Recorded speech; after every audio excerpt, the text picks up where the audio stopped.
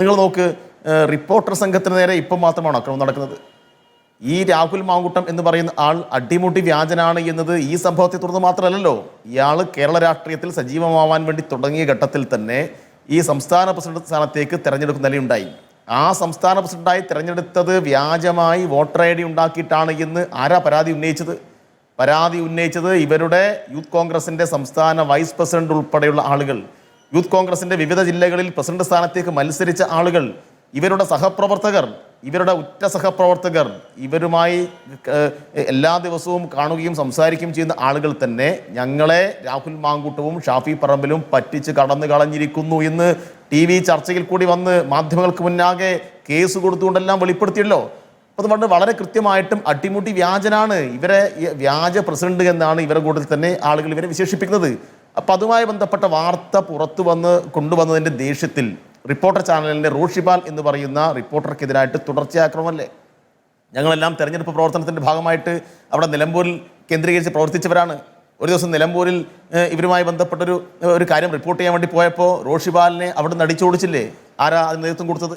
അന്ന് റിപ്പോർട്ടർ ചാനലിൻ്റെ റോഷിപാലിനെ അടിച്ചത് തെറ്റാണ് എന്ന് പറയാൻ കോൺഗ്രസിൽ ആരെങ്കിലും മുന്നോട്ട് വന്നോ? അഹങ്കാരമായിരുന്നു. കാരണം ഞങ്ങൾക്ക് വിജയിക്കാൻ വേണ്ടി കഴിയും, ഞങ്ങൾക്കാണ് ജനങ്ങളാകെ സപ്പോർട്ട് ചെയ്യുന്നത് എന്ന നിലയിലുള്ള പ്രചരണമൊക്കെ സംഘടിപ്പിച്ചിട്ട് അഹങ്കാരത്തിൻ്റെ ഭാഷയിലാണ് അവർ അതിനെല്ലാം കൈകാര്യം ചെയ്തത്. അന്ന് ഒടുവിലെന്താ? ഇപ്പോൾ കഴിഞ്ഞ ദിവസം പേരാമ്പ്രയിൽ, അന്ന് തന്നെ വടകരയിൽ ഈ റിപ്പോർട്ടറിൻ്റെ വാർത്താ സംഘത്തെ അങ്ങോട്ട് പ്രവേശിപ്പിച്ചോ? ഇത് കേരളത്തിലല്ലേ നടക്കുന്നത്? ഏതെങ്കിലും ഒരു കോൺഗ്രസ് നേതാവ് ഇത് തെറ്റാണ് എന്ന് പറഞ്ഞിട്ടുണ്ടോ? ഒരുത്തരും പറഞ്ഞിട്ടില്ല, ഒരാളും പറയുന്നില്ല. ഇവർക്ക് എന്തും ചെയ്യാൻ ആവശ്യമായ ലൈസൻസ് കോൺഗ്രസ് കൊടുത്തിരിക്കുക. ഈ പ്രതികരണം നടത്തിയിട്ടുള്ള റിപ്പോർട്ടർ സംഘത്തെ നേരെ മാത്രമല്ലല്ലോ, ആരൊക്കെ ഷാനിമോ ഉസ്മാൻ നിലപാട് പറഞ്ഞല്ലോ, ഉമാ തോമസ് MLA നിലപാട് പറഞ്ഞല്ലോ. എന്തായിരുന്നു അവർക്ക് കിട്ടിയ അനുഭവം? അവിടെ AICCയുടെ ഏറ്റവും ഉയർന്ന നേതാവാണല്ലോ കേരളത്തിൽ നിന്നുള്ള KC വേണുഗോപാൽ. KC വേണുഗോപാലിൻ്റെ ഭാര്യ ഒരു ഫേസ്ബുക്കിൽ പോസ്റ്റ് ഇട്ടിട്ട് നിമിഷങ്ങൾക്കകം ആ പോസ്റ്റ് ഡിലീറ്റ് ചെയ്ത് ഓടേണ്ടി വന്നില്ലേ? ആരാ ഇതിന് ഉത്തരവാദി? എന്നാൽ പിന്നെ അവർക്ക് അനുകൂലമായ 2 വരി പ്രസ്താവന ഈ ഷാഫി പറമ്പിൽ നടത്തിയോ? ഷാഫി ആ ഘട്ടത്തിൽ കേരളത്തിൽ നിന്ന് മുങ്ങി ബീഹാറിലേക്ക് പോയി, അവിടെയും രക്ഷയില്ലാതായപ്പോൾ ഇങ്ങോട്ട് തന്നെ തിരിച്ചു വന്നു. മാധ്യമപ്രവർത്തകരെല്ലാം ഷാഫിയെ വളഞ്ഞിട്ട് ചോദിച്ചു, എന്താ കഥ ഇത്? ഷാഫി എന്തായിരുന്നു എന്ന് പറയേണ്ടിയിരുന്നത്? ഇത്രയേറെ പെൺകുട്ടികൾ നേരിട്ട് വന്നിട്ട് മുഖം കാണിക്കാതെയെങ്കിലും പറഞ്ഞല്ലോ. കാരണം അവരുടെ ഗതികേട് കൊണ്ടാണ്. എൻ്റെ വയറ്റിൽ കിടക്കുന്ന 4 മാസം പ്രായമുള്ള കുഞ്ഞിനെ കൊന്നിട്ടില്ലെങ്കിൽ, അതിന് ഗർഭചിത്രം നടത്തിയിട്ടില്ലെങ്കിൽ നിന്നെ കൊല്ലാൻ എനിക്ക് 1 നിമിഷം മതിയെന്ന് ഭീഷണി സന്ദേശം മാധ്യമങ്ങൾ മുഴുവൻ വഴി അറിഞ്ഞു. അത് ഷാഫി അറിഞ്ഞിട്ടില്ല പോലും. ഷാഫി എന്നിട്ട് അവിടെ നിന്ന് നാണമില്ലാതെ ചോദിക്കുകയാണ്, അതിന് തെളിവുണ്ടോ? എന്ത് തെളിവാ ഷാഫി ഇതിനപ്പുറം വേണ്ടത്? നിങ്ങളൊക്കെ ഒരു പൊതുപ്രവർത്തകനല്ലേ? നിങ്ങളൊക്കെ ജനങ്ങളുടെ വികാരങ്ങൾ മനസ്സിലാക്കുന്ന ആളല്ലേ? ഒരു സഹോദരി തെരുവിൽ വന്നിട്ട് വിളിച്ചു പറയുന്നു, എനിക്കെതിരായി ഇന്ന അതിക്രമങ്ങൾ നടത്തി, എന്നോട് മോശമായി പെരുമാറി, ആ കുട്ടി മുഖം കാണിച്ചു തന്നെയാണ് പറഞ്ഞത്. അതിനെക്കുറിച്ച് ഷാഫിക്ക് മിണ്ടാട്ടമില്ല, അത് തെളിവല്ല പോലും. ഒരു പെൺകുട്ടി ബൈറ്റ് കൊടുത്തു, എനിക്ക് ട്യൂഷൻ എടുത്ത ആളായിരുന്നു, കുറേ കാലം കഴിഞ്ഞപ്പോൾ വിവാഹാലോചനയുമായി വീട്ടിലേക്ക് വന്നു, അതിനെ തുടർന്ന് ഞങ്ങൾ തമ്മിൽ നല്ല ബന്ധമായിരുന്നു, പക്ഷേ എന്നെ ചതിച്ചിരിക്കുന്നു ഒരു പെൺകുട്ടി. മറ്റൊരു പെൺകുട്ടി പറയുന്നു, എൻ്റെ വയറ്റിൽ 4 മാസമുള്ള കുഞ്ഞുണ്ടായിരുന്നു, അതിനെ ഭ്രൂണഹത്യ നടത്തേണ്ടി വന്നു.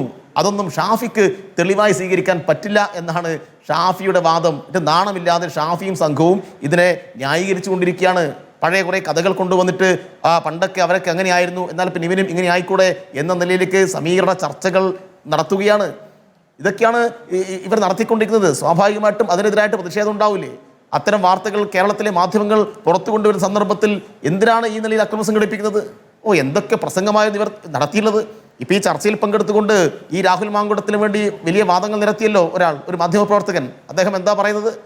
അദ്ദേഹം CPMൻ്റെ ഈ വിമർശനം ഗൗരവം കുറക്കും പോലും. CPMൻ്റെ വിമർശനം എങ്ങനെയാണ് ഗൗരവം കുറക്കുക? ഈ രാജ്യത്ത് ഏറ്റവും കൂടുതൽ മാധ്യമങ്ങളെ വേട്ടയാടിയ പാർട്ടി ഏതാ? ചരിത്രമല്ല ഞാൻ അങ്ങോട്ട് പറയിക്കണോ? അടിയന്തരാവസ്ഥ കാലമുണ്ടായിരുന്നു. കുൽദീപ് നയ്യാർ എന്ന് പറയുന്ന ലോകം ആദരിക്കുന്ന മാധ്യമപ്രവർത്തകൻ, ആ കുൽദീപ് നയ്യാർ എന്ന് പറയുന്ന ലോകം ആദരിക്കുന്ന മാധ്യമപ്രവർത്തകനെ അടിയന്തരാവസ്ഥ കാലത്ത് ഇന്ദിരാഗാന്ധിയുടെ ചെയ്തികളെ നിശിതമായി വിമർശിക്കുകയും അതിനെതിരായി പ്രതിഷേധങ്ങൾ സംഘടിപ്പിക്കുകയും ചെയ്തു എന്ന കുറ്റം ചുമത്തിയിട്ട് ആരാ ജയിലടച്ചത്? കുൽദീപ് നയ്യാർ പിന്നീട് ബ്രിട്ടനിൽ ഹൈക്കമ്മീഷണറായി പോയി 90കളിൽ. പിന്നീട് അദ്ദേഹം രാജ്യസഭയിലേക്ക് തിരഞ്ഞെടുക്കപ്പെട്ടു.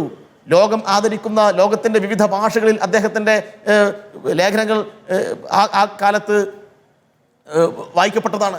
ശരി. അപ്പോൾ കുൽദീപ് നയ്യാറെ പോലുള്ള ആളുകളെ വേട്ടയാടിയ ചരിത്രവും പാരമ്പര്യവുമുള്ള ആളുകൾ വന്നിട്ട് TV ചർച്ചയിൽ അയ്യോ CPM എന്തോ ചെയ്തിരിക്കുന്നു, അതുകൊണ്ട് CPM ഇതിനെക്കുറിച്ച് മിണ്ടാൻ പാടില്ല. പിന്നെ CPM-ന് നിങ്ങളെ സീറ്റ് വാങ്ങിയിട്ട് വേണ്ടേ ഇതിനെക്കുറിച്ച് പ്രതികരിക്കാൻ? CPM രാജ്യത്ത് നടക്കുന്ന എല്ലാ കാര്യത്തെക്കുറിച്ചും പ്രതികരിക്കും. അതിനൊന്നും ഒരാളുടെയും സീറ്റ് ആവശ്യമില്ല. പ്രത്യേകിച്ച് ഇങ്ങനെയുള്ള ചെയ്തികൾ നടത്തിയിട്ട് അത്തരം ആളുകളെ സപ്പോർട്ട് ചെയ്യുന്ന ആളുകളുടെ ഒരു സർട്ടിഫിക്കറ്റും CPM-ന് ആവശ്യമില്ല. അതുകൊണ്ട് CPM-നെയോ ഇടതുപക്ഷത്തെയോ ഈ കാര്യത്തിൽ പഠിപ്പിക്കാൻ വരേണ്ടതില്ല. നിങ്ങൾ ഇപ്പോൾ ഉയർന്നു വന്ന വിഷയത്തിനകത്ത് അഭിപ്രായം പറയൂ.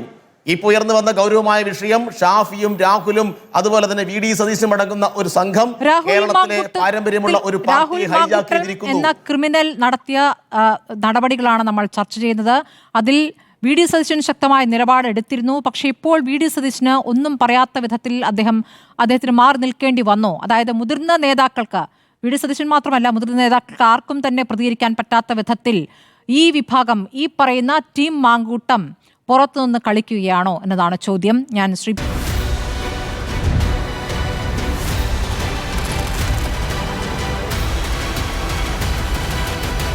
ഡിബേറ്റ് വിത്ത് സ്മൃതി പരുത്തിക്കാട്.